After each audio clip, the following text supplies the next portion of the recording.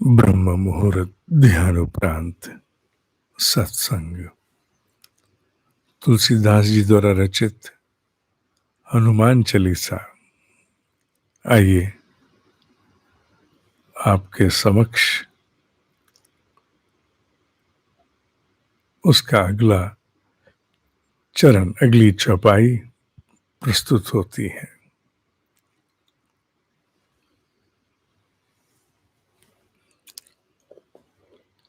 सहस बदन तुमरो जस गावे, अस कहि श्रीपति कंठ लगावे। सहस बदन तुमरो जस गावे, अस कहि श्रीपति कंठ लगावे।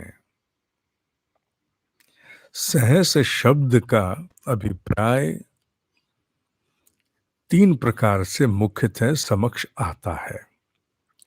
सहस शब्द का एक अर्थ है शक्तिशाली, बहुत शक्तिशाली।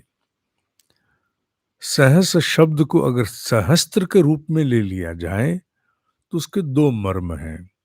एक, बहुत विराट संख्या, अर्थात जिसे गिनना कठिन हो। और तीसरा, जो एक सामान्य प्रचलन में है, हजार को सहस्त्र कहते हैं।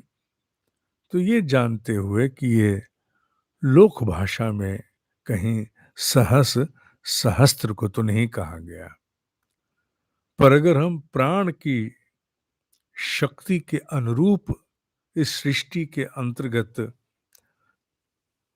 प्रभु राम को ब्रह्मांडीय तत्व के रूप में जानते हैं तो शक्तिशाली शब्द अधिक उपयुक्त आता है।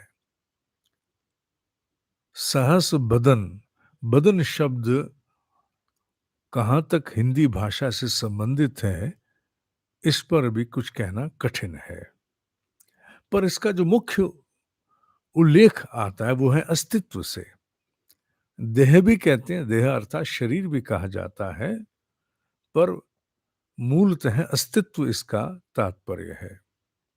शक्तिशाली अस्तित्व जितने भी हैं, तुमरो जस गावे, तुम्हारा यश का गायन करते हैं। यश के गायन का तात्पर्य है सीधा सा कि जिस प्रकार एक अलंकारिक रूप में कहा जाता है कि वो तुम्हारी आराधना करते रहते हैं, प्रतिपल तुम्हारा गुणगान करते हैं।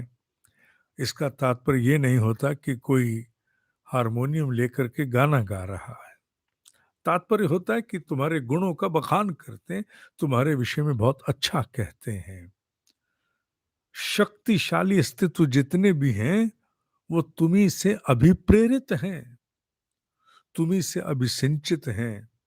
शक्तिशाली अस्तित्व, भले ही वो आकाश हो, भले ही वो वायु हो, भले ही वो अग्नि हो, भले ही वो जल हो और भले ही वो पृथ्वी हो, जितने भी शक्तिशाली अस्तित्व हैं वो समस्त तुम्ही से अपना आधार प्राप्त करते हैं, तुम्हारा यश गाते हैं, तुम पर आधारित हैं वो सब। अस कहि श्रीपति कंठ लगावा, लगावे शब्द जो भी आए, लगावा भी बोलते हैं। यह श्री शब्द पकड़ने वाला है। श्री शब्द का मर्म है व्यक्त संपदाएं। जितनी भी संपदाएं किसी रूप की भी क्यों ना हो, जितनी भी संपदाएं हैं जो व्यक्त हैं, भले वो सूक्ष्म हो, जैसे उदाहरण के लिए कह रहे हैं heat, electricity, magnetism, radiation, electricity, ये सारी की सारी एक प्रकार से व्यक्त संपदाएं हैं। ये ग्रह मंडल, नक्षत्र व्यक्त संपदाएं हैं। इस पृथ्वी पर जो कुछ भी हमें सुगम है व्यक्त संपदाएं हैं। हमारे भीतर की प्रतिभा भी व्यक्त संपदा है। संपदा शब्द के अंतर्गत सब कुछ आ जाता है, सब कुछ आ जाता है। ये श्री शब्द बहुत बड़ा है।